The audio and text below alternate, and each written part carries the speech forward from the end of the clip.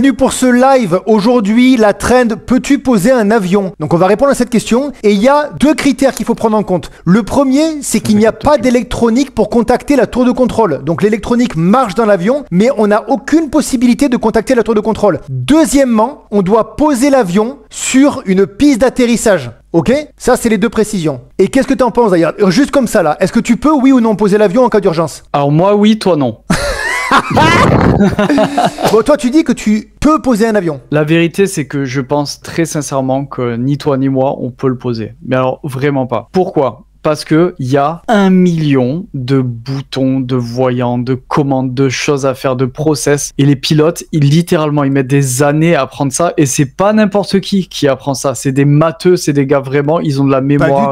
Pas du tout. Pour être pilote, c'est quoi? C'est un BTS? Non, ça se fait en 2 ans en alternance. Oui, il y a le bac pro pilote. Bac pro pilote et après tu peux faire BTS. Tu peux faire le BTS si tu veux. T'as raison. C'est bac pro pilote et après tu dois te spécialiser en avion de ligne, je crois. On est dans la situation d'urgence. Les mecs viennent de mourir. Les deux pilotes viennent de mourir, le pilote principal et son copilote. Et aux deux hôtesses, je leur dis, écoute, vous allez prendre chacune votre partie de l'avion et vous allez me désigner un responsable de chaque compartiment en fait. Ce responsable-là va être en charge de faire passer les infos et de prendre les besoins des gens. Oh, je suis tellement intelligent. Je vais te dire, déjà, c'est très intelligent ce que tu fais, premièrement, mais deuxièmement, tu as oublié le principal. Le principal, c'est de prendre le micro et de faire, y a-t-il un pilote dans l'avion?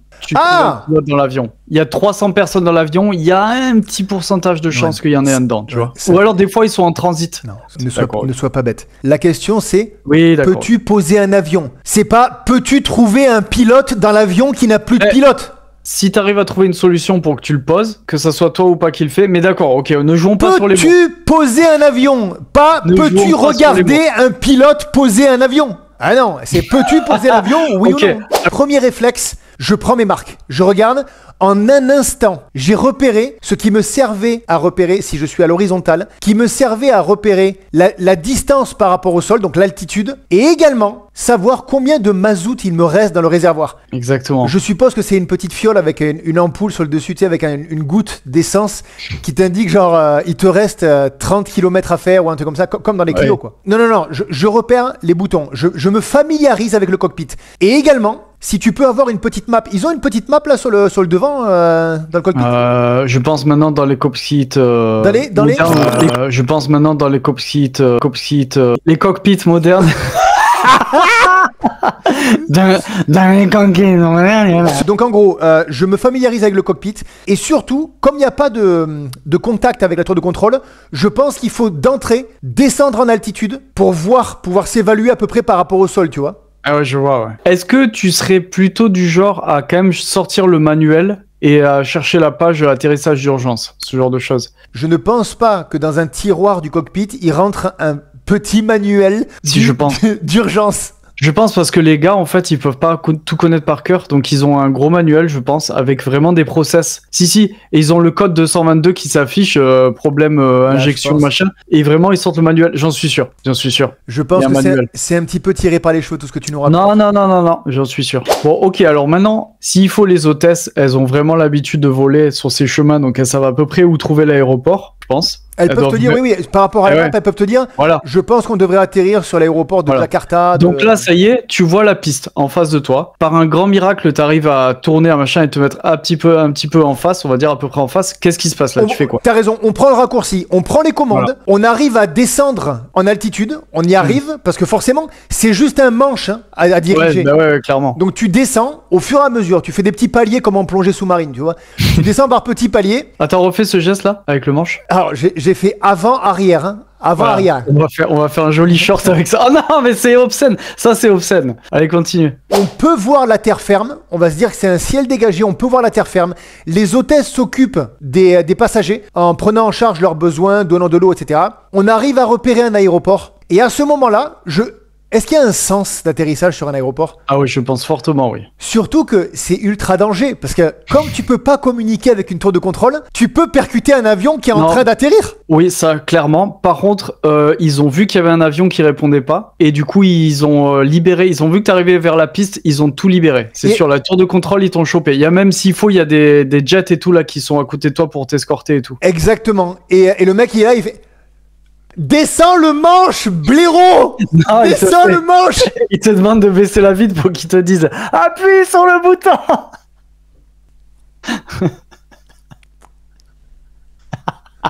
Et tu mets la main et ton bras il part.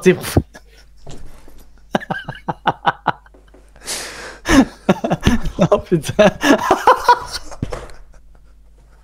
Les mecs t'ont repéré, ils savent qu'il y a un avion qui est en pleine urgence. Et je pense que là, tu vas commencer à te faire péter C'est moi qui suis ivre en fait.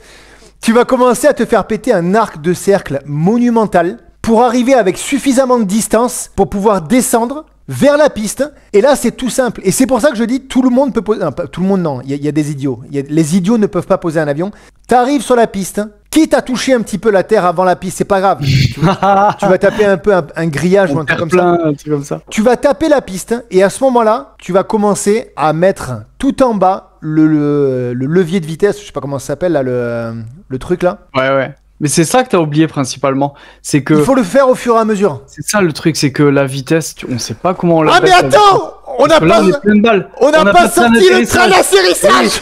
J'allais dire deux choses, il y a la vitesse et le train d'atterrissage, parce que là, il va y avoir une belle glissade avec des étincelles comme il faut. On est en train de se poser sur le cul de l'avion, quoi. Non, il faut sortir le train d'atterrissage. Mais où tu le repères, ça, sur les boutons? C'est ça le problème. Donc, le petit manuel train d'atterrissage. Y a pas de manuel. Arrête avec ton manuel. Aïe, comment on fait alors? Déjà, tu peux pas tester tous les boutons. Tu peux pas y aller au hasard. T'es genre, ah bah attends, ça sert à quoi, ça, machin. Tu cliques sur un bouton et t'entends... Ah, ça a été... Tu commences à tourner. Ah bah attends, ça éteint les lumières, ça te sert un gobelet d'eau, ça c'est... Non, c'est pas possible. Il faut trouver le bouton pour sortir les trains d'atterrissage. Eh, ça se complique quand même. Hein. Ouais, non, mais c'est ultra compliqué. C'est ultra compliqué. Le BTS aviation, j'aurais pas pu le faire. Moi, je pense que déjà, les pilotes, ça mérite pas autant d'études. Déjà, moi, je pense que c'est plus facile qu'on ne le croit. Il suffit juste de savoir où sont les boutons. Mais c'est pour ça que maintenant, par exemple, Air France, ils prennent des candidats avec... je pense qu'il y a un minimum requis de diplôme. Tu sais, je pense qu'il faut avoir fait un bac S, ce genre de choses. Mais je veux dire, c'est abordable. Et ensuite, ils te forment eux-mêmes. Ils te prennent sur profil, tu vois, sur le profil, et ils te forment eux-mêmes. N'importe quoi. Si, tu passes des étapes, tu sais, t'as des trucs psychomoteurs. Après, t'as un entretien. Mais non, mais on s'est compris, ça peut être bac ES, j'en sais rien. Mais à mon avis, un bac général, ça doit être obligatoire. Et je pense pas qu'il faut avoir un master ou quoi, le machin, hein, ça m'étonnerait, ça. Vu qu'ils te forment direct. Vraiment, il y a un pote qui veut le faire d'ailleurs. Ah, Non, je voulais voir si je voulais voir si t'allais calculer, tu sais. On dirait que c'est bloqué. Attends, mais c'était... Mais surtout que... Non, mais puis... Mais c'est pour les yeux. Les yeux qui...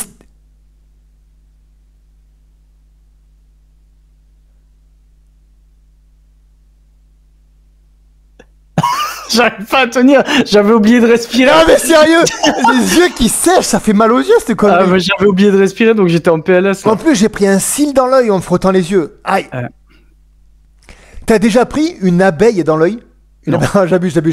Genre un truc gros comme un gros moustique, là. Une abeille, le mec. Ok, l'abeille sous. Ah oui, en moto j'ai pris des insectes. T'as jamais eu de moto? Arrête, mytho, va.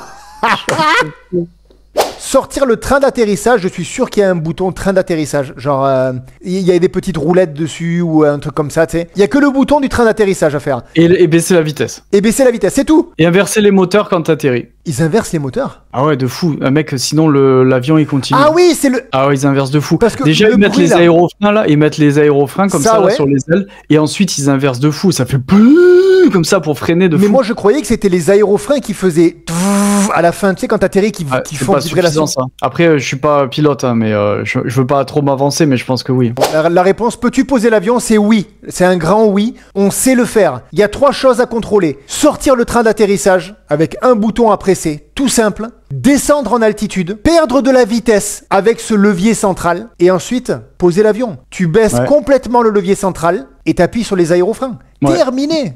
Et tu communiques un petit peu avec l'hôtesse, avec le Toki là. Tout se passe bien, Janine? Janine, tout se passe bien? Ils sont sages? Ouais, tu leur sers une petite coupe de champagne s'il te plaît, parce qu'on va pas tarder à atterrir. J'aimerais bien qu'ils en profitent au maximum, ok? Mets-leur les masques à oxygène là, qu'ils soient bien détendus. Bien sûr, et là je te garantis, tu poses l'avion. Ça s'est passé sans encombre, hein. T'as la petite musique à la fin là, tu sais qu'ils mettent dans certains avions, genre c'est un truc dans ce style. T'ouvres la porte du cockpit, et là, T'as tout le monde qui fait. Ça fait... Allez! Bon, ok. Réponse, peux-tu poser un avion? Oui, très facile. Très très simple.